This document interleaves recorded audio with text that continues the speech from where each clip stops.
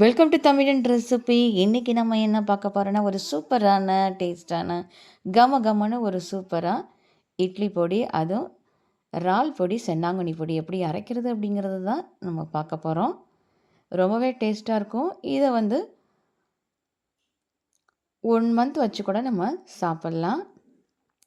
இப்போ இந்த சென்னாங்கண்ணி நம்ம இந்த வாணலியில் நம்ம நல்லா வறுத்துக்கலாம். இட்லி, தோசைக்கு கூட இது ரொம்பவே சூப்பராக இருக்கும். சாதத்தில் கூட நல்லெண்ணெய் ஊற்றி பிசைஞ்சு சாப்பிட்றதுக்கும் இந்த பொடி ரொம்பவே நல்லாயிருக்கும். இந்த பொடியை ரொம்ப லைக் பண்ணுறவங்களுக்கு இது ரொம்பவே டேஸ்ட்டாக இருக்கும். இந்த மாதிரி நீங்கள் மெத்தடில் செஞ்சு பாருங்கள், ரொம்பவே சூப்பராக இருக்கும். இப்போ இந்த சென்னாங்கண்ணி பொடியை நம்ம நல்லா அரைக்கிறதுக்கு ஃபஸ்ட்டு இந்த சென்னாங்கண்ணியை நல்லா வறுத்து எடுத்துக்கலாம். இந்த மாதிரி நம்ம வறுத்துட்டு ஒரு பேஷனில் கொட்டிக்கலாம். அடுத்தது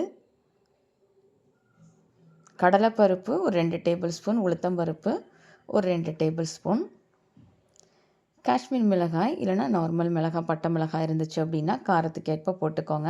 நான் ஒரு 10 மிளகாய் போட்டிருக்கேன். இதை எல்லாத்தையும் நல்லா வறுத்துக்கலாம். இது கூடயே ஒரு கப் பொட்டுக்கடலை போட்டுக்கிட்டு அதையும் நம்ம வறுத்துக்க போகிறோம். அது கூடவே மிளகு ஒரு டேபிள் ஸ்பூன், ஜீரகம் ஒரு 1/4 டேபிள் ஸ்பூன் போட்டு இதை நல்லா வறுத்துக்கலாம்.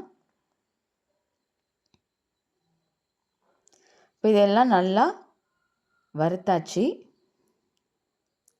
இப்போ இது எல்லாமே நல்லா கொஞ்சம் ஆறணும். நல்லா ஆற வச்சு தான் நம்ம பொடி அரைக்கணும்.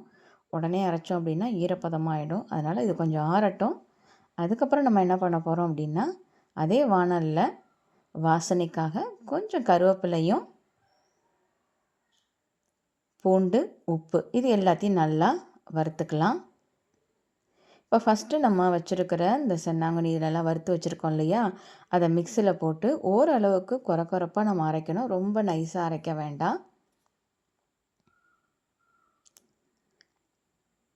இது டக்குன்னு அரைஞ்சிரும், உடனே அரைஞ்சிரும். இப்போ அரைச்சாச்சு. இப்போ இது கூட லாஸ்ட்டாக நம்ம என்ன பண்ண போகிறோம் அப்படின்னா, கருவேப்பிலை, பூண்டு, உப்பு இது எல்லாத்தையும் போட்டு நம்ம அரைச்சிக்கலாம்.